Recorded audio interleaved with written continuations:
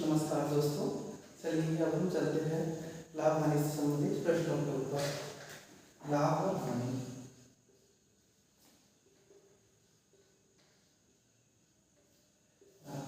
पिछली क्लास में हम लोगों ने लाभ हानि से संबंधित 2-4 जो इससे संबंधित जाने थे कि लाभ क्या होता है, हानि क्या होती है और प्रतिशत लाभ और प्रतिशत हानि क्या होती है। तो चलिए अब हम देखते हैं लाभ हानि से संबंधित कुछ प्रश्न। दोस्तों, शुरू में मैं बहुत सरल वाले क्वेश्चन कराऊंगा, फिर उसके बाद फिर मैं कठिन कराऊंगा। जैसे किसी वस्तु को क्रय मूल्य 20 रुपये है और उसका विक्रय मूल्य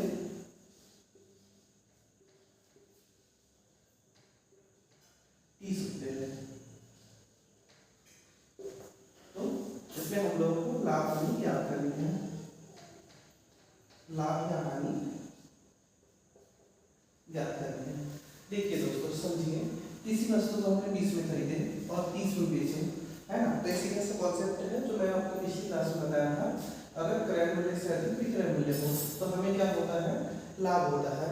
तो इसमें लाभ कितने का होगा, हमें होगा लाभ, और लाभ कितने का होगा 20 और 30, तो 30 माइनस 20 बराबर 10 का, और ये क्या होगा, लाभ, है ना। ठीक। दूसरा क्वेश्चन ठीक इसी प्रकार से हम लोग यदि इसी वस्तु को यदि हमारा सेल क्या होता, क्रय मूल्य हमारा 20 रुपये होता सेल, और हम लोग इसी वस्तु को जो विक्रय मूल्य है, विक्रय मूल्य हमारा हो जाएगा 30 की जगह। देखिए 20 में पहले खरीदे थे, 30 में बेचे थे। अब सेकंड क्वेश्चन सेम उसी टाइप से 20 में खरीदे हैं लेकिन हम उसको बेच रहे हैं 15 रुपये में, ठीक है। तो अब इस स्थिति में हमें क्या होगा, लाभ या हानि क्या करनी है।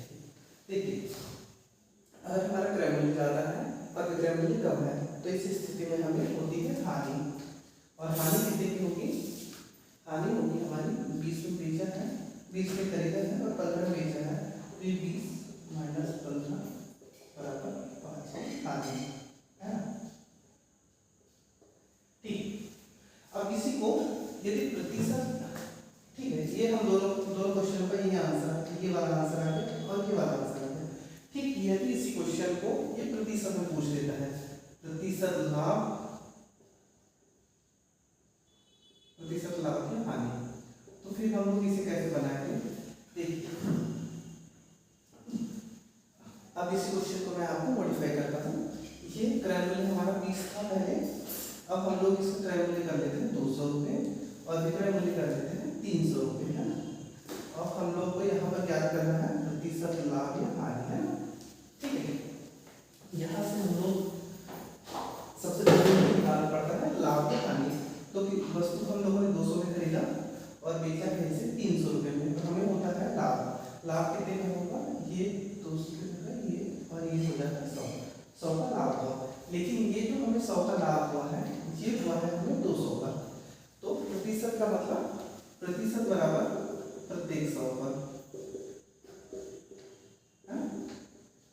तो इसके लिए 200 पर में लाभ हुआ है, तो ये 100 का लाभ हुआ है गुणा 100 बटे 200 पर हुआ है ये हमें, और ये हमारा परसेंट इसलिए आया है क्योंकि हमने 100 लगाया है। इसके लिए देखिए, ये लाभ और ये क्रय मूल्य और प्रतिशत लगाया है, इसके लिए ऊपर 100 आएगा, ठीक है।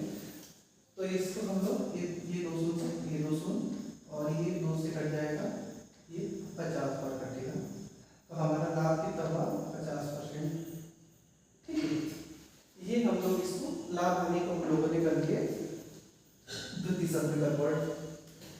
ठीक उसी प्रकार से यदि हमारा क्रय मूल्य 20 रुपये, यदि हमारा मान लो क्रय मूल्य 20 की जगह हमारा 200 हो जाता और विक्रय मूल्य हमारा हो जाता है 150 रुपये, तो इस स्थिति में हम लोगों को प्रतिशत लाभ या प्रतिशत हानि ज्ञात करने के क्वेश्चन आ जाता है।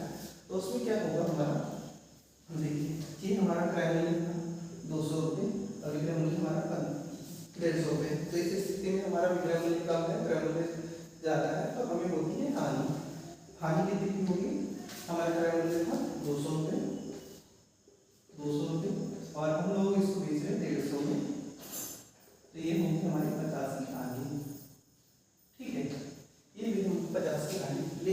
प्रतिशत हानि बराबर,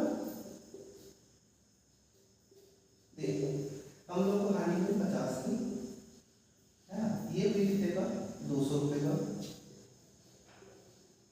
200 रुपये का।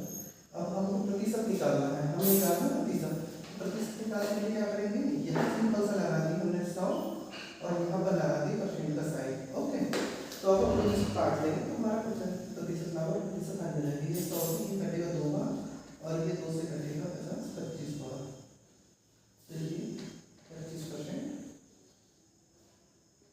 ये हुई हमारी हानि।